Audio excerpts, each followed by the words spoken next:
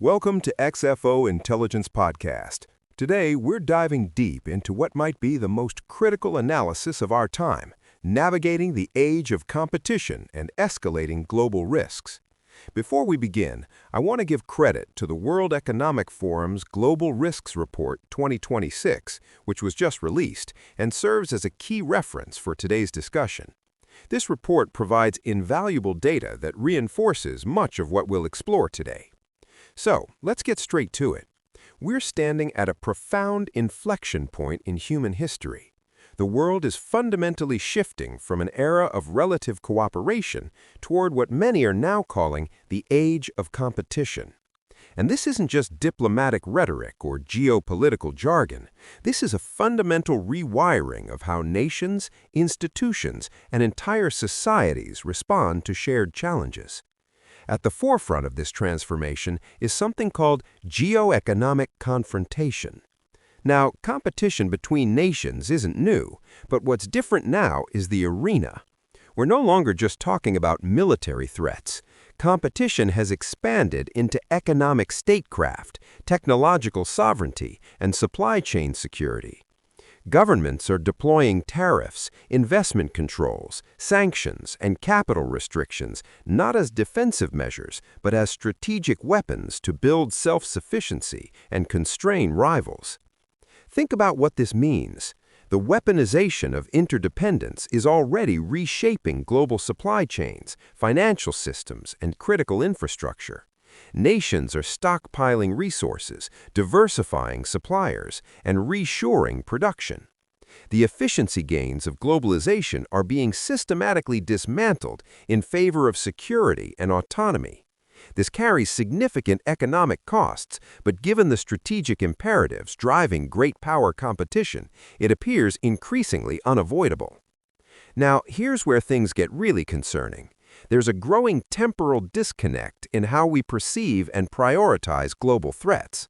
For the first time in years, environmental concerns, particularly climate change, are being systematically deprioritized in short-term risk frameworks, despite worsening scientific evidence about their urgency.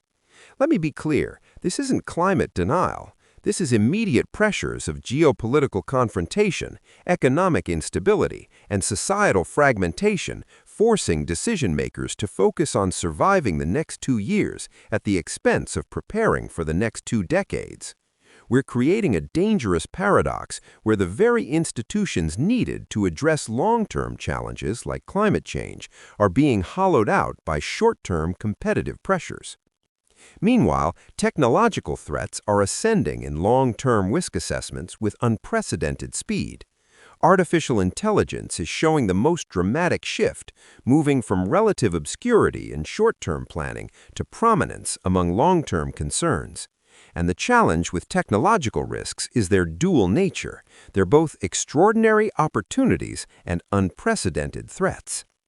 The unique danger here is that AI and quantum computing create asymmetrical power dynamics, where early advantages compound rapidly. The window for developing governance frameworks is narrowing as capability gaps widen between technology leaders and laggards. This creates pressure to prioritize deployment speed over safety, especially when technological leadership is viewed through a security lens. And it gets worse. The weaponization of information ecosystems, the proliferation of deepfakes, AI-generated content, and algorithmic manipulation is eroding the shared factual foundations necessary for democratic governance and social cohesion. When citizens can no longer distinguish truth from fabrication, the institutions required for collective action begin to fracture. But beneath all these specific risks lies something more fundamental. Inequality has emerged as the most interconnected global risk. It acts as both cause and consequence across multiple domains. Economic disparity doesn't just create social tension, it amplifies polarization, erodes trust in institutions, weakens democratic processes, and constrains our collective capacity to address shared threats. Now, I know this sounds deeply pessimistic. The WEF report notes that over half of global leaders anticipate turbulent or stormy conditions over the next decade. But here's the thing. This transition period also contains seeds of renewal. We're seeing coalitions of the willing form around specific issues where shared interests remain strong despite broader fragmentation. These issue-based partnerships focused on financial stability, pandemic preparedness, or AI safety demonstrate that cooperation can persist even when comprehensive agreements become impossible. Local resilience is emerging as a critical strategy. Communities are investing in social infrastructure, redundant supply chains, and adaptive capacity. This bottom-up approach creates vital breathing room for societies navigating global turbulence. Communities with strong social cohesion prove more adaptable to external shocks. And technological guardrails are gaining momentum.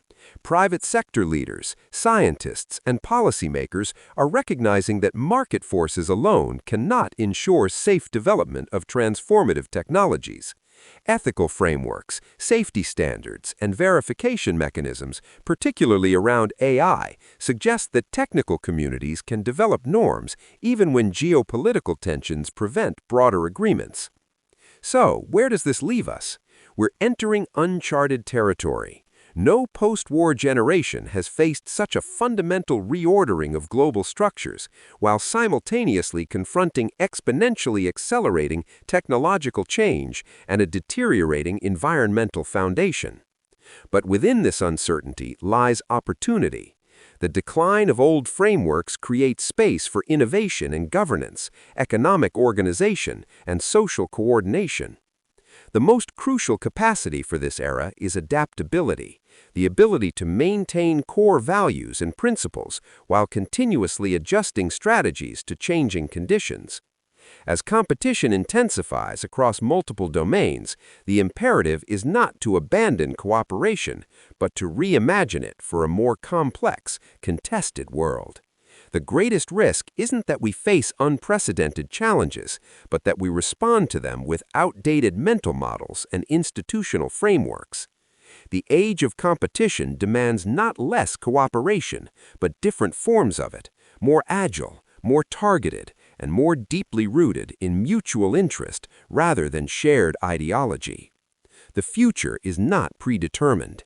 It will be shaped by choices made today about which risks to prioritize, which institutions to rebuild, and which values to preserve. In this fracturing world, the capacity to maintain strategic clarity while embracing necessary adaptation may prove the most valuable competitive advantage of all.